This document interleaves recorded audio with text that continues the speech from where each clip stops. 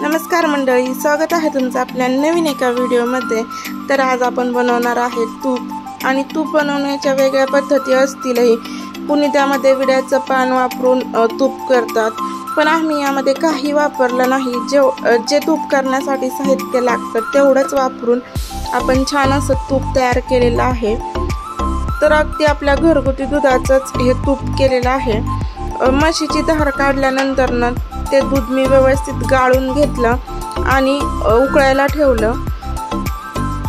जेवढं दूध चांगलं उकळेल तेवढी त्याला मलाई देखील दाटसर येते। आता दूध थंड झाल्यानंतर आपल्याला त्याची जी मलाई आहे ती काढून घ्यायची। आता ही मलाई आपण एक 10 ते 12 दिवसांची सुद्धा साचून ठेवतो, कारण की 10 ते 12 दिवस तरी मलाई साचायला लागतातच।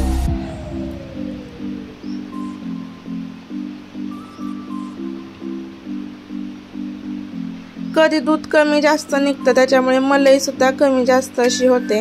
तर 10 ते 12 दिवसांमध्ये हा जो कुकरचा आपला जो डबा असतो तो भरलेला आहे।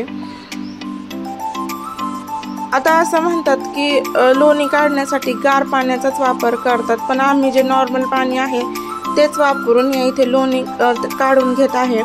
तर बऱ्याचशा ठिकाणी लोणी हे रवीच्या साह्याने सुद्धा काढलं जातं। तर आता बीटरच्या साह्याने सुद्धा हे लोणी तयार करतात।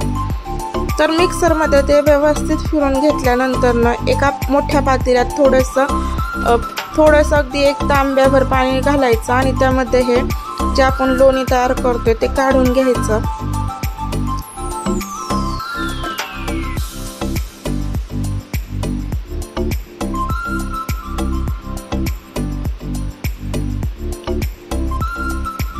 त्यानंतर त्यात आपल्याला व्यवस्थित त्याचा गोळा तयार करून घ्यायचा आहे।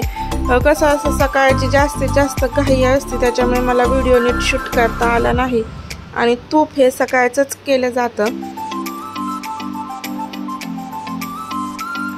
तर आता हे जो लोण्याचा गोळा आहे तो आपल्याला गॅसवर कढईत काढल्यानंतर गॅसवर ठेवून द्यायचा आहे आणि अगदी गॅस आपला स्लो करून द्यायचा आहे। तर या इथे तुम्ही पाहू शकता, थोडा जरी त्याला गॅसची जे तावा असतो तो लागल्यानंतर लोणी मनानेच ते वितळायला लागलं।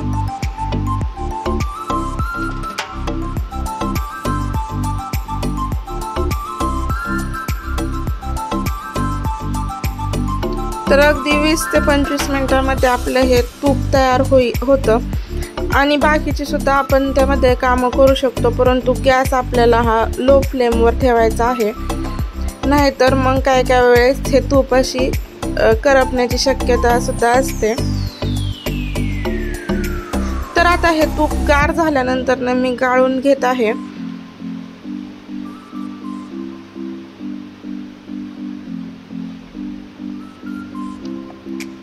तर खूप छान असं जे आपलं तूप आहे ते तयार झालंय आणि हे तूप सारखं म्हणजे ज्या वेळेस मलाई साचते त्यावेळेस आम्ही तर नक्कीच तूप बनवतो।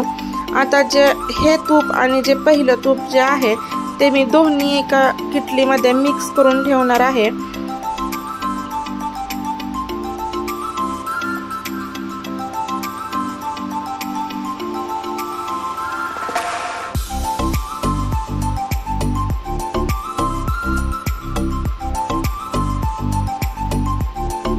तर दोन्ही तूप मी मिक्स केल्यानंतर नक्कीच किटली आपली ही फुल भरलेली आहे। तर असा आजचा छोटासा व्हिडिओ होता। तुम्हाला जर आवडला असेल तर व्हिडिओ नक्कीच लाईक करा, शेअर करा आणि सबस्क्राईब करायला मात्र विसरू नका।